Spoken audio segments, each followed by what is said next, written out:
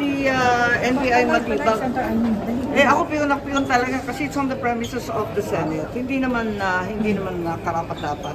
Ang kastang parang mga hindi ko alam, hindi ako maniwala na NBI, ang gagaling ng NBI. Sino ba special agent na ganyan ang behavior? Bubugbugin, kukuyugin yung isang tao na usaa.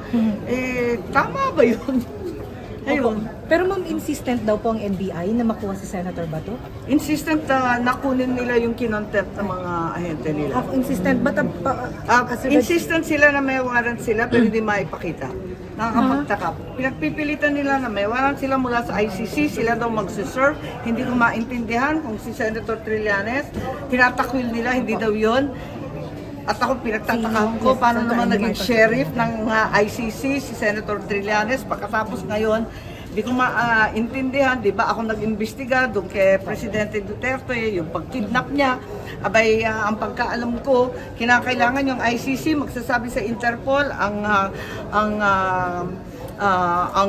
Philippine counterpart ng Interpol, yung Philippine Council for Transnational Crime, yung PCTC. Hindi naman PCTC to NBI to At saka higit sa lahat, kinakailangan pumunta muna sa korte na Pilipino para for enforcement of foreign judgment, kailangan sila kumuha ng warang.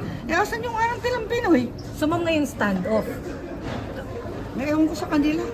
so ibig sabihin, sorry, Ako talagang bastusan na to. Sang katutak na bastusan, sinugod na yung Senate. Sinakta ng isang senador, duguan si Senator Bato. Kaya laking tao, talagang dinamba, rinesling, andyan sa may hagdan. Pagkatapos niyan, binugbog naman yung ating security isa. Ano ba naman to?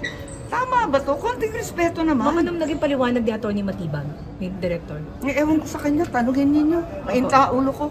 May caucus daw po kayo, Sen? May caucus Church daw. na kayo? Sorry? May caucus daw po kayo ngayon. Kakausapin daw yung ibang senador. Pero para sa akin, kailangan panindigan ng Senado ang aming karapatan, ang aming kalayaan bilang institusyon. Hindi ito tungkol kay Bato, kundi yung institusyon. Talagang binabastos na kami. Talagang namang babuyan na to. Sinusugod na yung mga kwarto ng Senado. Ano ba to? Take over ng NBI. Sino sila? Bureau lang yan.